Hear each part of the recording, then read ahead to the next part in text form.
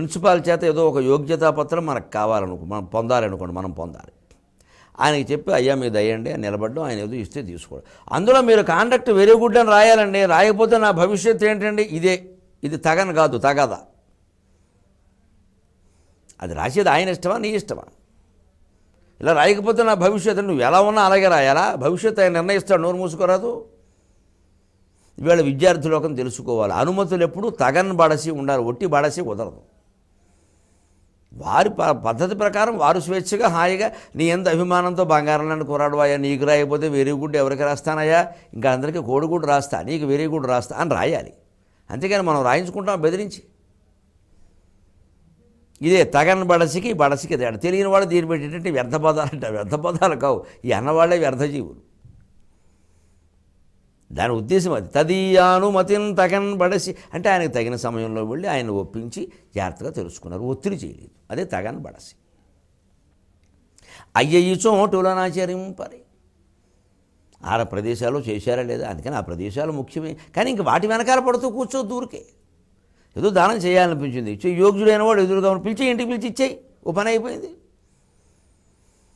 కాననము గిరులు నదులును నానాతీర్థములు అని రాశారు ఇంకో పద్యం. కాననము గిరులు నదులును నానాతీర్థములు. కొన్ని అరణ్యాలు నైమిషారణ్యం లాంటివి, వింధ్యారణ్యం లాంటివి. కొన్ని నదులు గంగానది, గోదావరి నది తీరం లాంటివి. కొన్ని పర్వతాలు వింధ్య పర్వతం, హిమవత్ పర్వతం లాంటివి. శేషాచలం, వెంకటాచలం లాంటివి, సింహాచలం లాంటివి. కొన్ని తీర్థాలు, సరే పుణ్యతీర్థాలు. వీటికి విశేష ప్రభావం ఎప్పుడూ ఉంటుంది. ఎందుకని ఆ తపశ్శక్తి కారణంగా. అక్కడ ఎందుకు పెట్టారు దానం గమనించండి. కేవలం మనకి పుణ్యఫలం రావడం అని ఒకటే కాదు. అక్కడ మన సంస్కృతి ఎప్పుడు అలా మామూలుగా ఆలోచించదు. ఇది మహోన్నత సంస్కృతి అండి బాబు. ఇది మామూలు మాటలు దీనికి సరిపోదు, మా బోటుగాడు సరిపోరు దీని గురించి చెప్పడానికి. అసలు ఆ భావాల లోతుల్లోకి పెడితే ఇది ఎందుకు పెట్టుంటారంటావు అని ఒక్కసారి ఆలోచిస్తే, నాకు అమ్మవారి దేవలో నాకు తోచే విషయాలు ఎలా ఉన్నాయంటే, అయ్యి బాబోయ్ కడనీళ్ళు వచ్చేస్తాయి వెంటనే. ఏం మహానుభావులరా, ఏం ఆలోచనరా, ఇందుకోసం పెట్టారా. ఈ తీర్థాల్లోనూ అరణ్యాల్లోనూ లేకపోతే కొన్ని విశేష ప్రదేశాలు అక్కడ ఎక్కువ జనం వస్తూ ఉంటారు. అక్కడ మనం చేసిన దానాలు ఏమైతే వాళ్ళకు ఉపయోగపడతాయి, ఏదో సౌకర్యం రూపంలోనూ ఏదో రకంగా ఉపయోగపడతాయి. అందుకోసం అంటే ఎక్కువ మంది జనం వచ్చే చోట మనం చేసేవాడు కూడా అక్కడ చేస్తే అది అక్కడ వినియోగం అయిపోతుంది. ఇది ఈ లౌకికం దృష్టిలో పెట్టుకుంటారు. తపస్సు ఎలాగో ఉండనే ఉంది. అయితే ఇందులో ఎప్పుడు కూడా యదన్నం పురుషోభుంక్తే తదన్నాస్తస్య దేవతా, అతిథులైనా అంతే, ఏదైనా అంతే. మన యథాశక్తి మేరకే మనం తినే అన్నమే ఇతరులకు పెట్టమన్నాడు. వాళ్ళకి తక్కువ పెడితే తప్పు, కానీ ఎక్కువ కూడా పెట్టాల్సిన అవసరం లేదు. మాతో పాటే చారు అన్నం అనేవారు మా నాన్నగారు. అదో మర్యాద. అది ఎప్పుడు. అందుకే అప్పు చేసి పూజలు, యజ్ఞాలు, దీక్షలు చేయకూడదు. ఈవేళ ఇదొకటి బాగా పెరగడం వల్ల మన పుష్కరాల్లో కూడా చాలామంది అప్పులు చేసి వెళ్ళారు. పుణ్యం అనేది పట్టేసింది, మనస్సుకు బాగా బంక పట్టినట్టు పట్టేసింది. నెలకి 3,000 ఆదాయం లేనివాడు 10,000 అప్పు చేసి వెళ్ళాడు. వీడు బతుక్కి 10,000 ఎప్పటికి తీరాడు? పుణ్యం వాడు దేవుడు, అప్పు ఎవడు తీర్చాలి? వ్యాపారులు బాగుపడతారు. దానికే రోజు మిల్క్ అయ్యేవాళ్ళు ఏమయ్యారో తెలియదు. రోజు మిల్క్ వాడు బాగుపడ్డారు. రోజు మిల్క్ అమ్ముకునేవాడు ఏమయ్యాడు? అనవసరం. రోజు మిల్క్ అమ్మినవాడు కోటి సంపాదించుకున్నాడు. 1 కోటి మంది జనం ఓ చోటకు వచ్చి పడితే వ్యాపారాలు బ్రహ్మాండంగా సాగుతాయండి. అందుకోసమే ప్రచారాలు చేస్తారు విపరీతంగా. ఎవరి కమిషన్ల వరకు ఉంటాయి. ఇవేమీ తేలవు. మొత్తం పుణ్యం ఒకటే ప్రవహిస్తుంది అక్కడ అజ్ఞానం రూపంలో. అలా జరగనియద్దేనే భారతం చెబుతుంది. యదన్నం పురుషోభుంక్తే తదన్నాస్తస్య దేవత. ఎట్టి పరిస్థితుల్లో అప్పులు చేసి పూజలు చేయడం, తీర్థాలకు వెళ్ళడం, పుష్కరాలకు వెళ్ళడం సహా ఏది పనికిరాదు. నీ యథాశక్తి. ఎప్పుడూ మన సంస్కృతి అలా చెప్పదు అసలు. కానీ మనం ఎవరి స్వార్థం మేరకు వాళ్ళు విశేష ప్రచారాలు చేసేయడం వల్ల వాడికి ఆ అప్పు కంటే ముందు ఇది కనిపిస్తూ ఉంటుంది ఏదో విచిత్రంగా. జీవితం ఒక్కసారి దీంతో బాగుపడిపోతుందేమో. అమాయకులండి, ఈ దేశంలో ప్రజలు మరీ అమాయకులండి. మోసపోయిన వాళ్ళ చేతుల్లోనే మళ్ళీ మోసపోతూ ఉంటారు. అదేం విచిత్రం. వాళ్ళని ఎప్పుడు నేనైతే ఆ మోసగించే వాళ్ళని అంటాను నేను.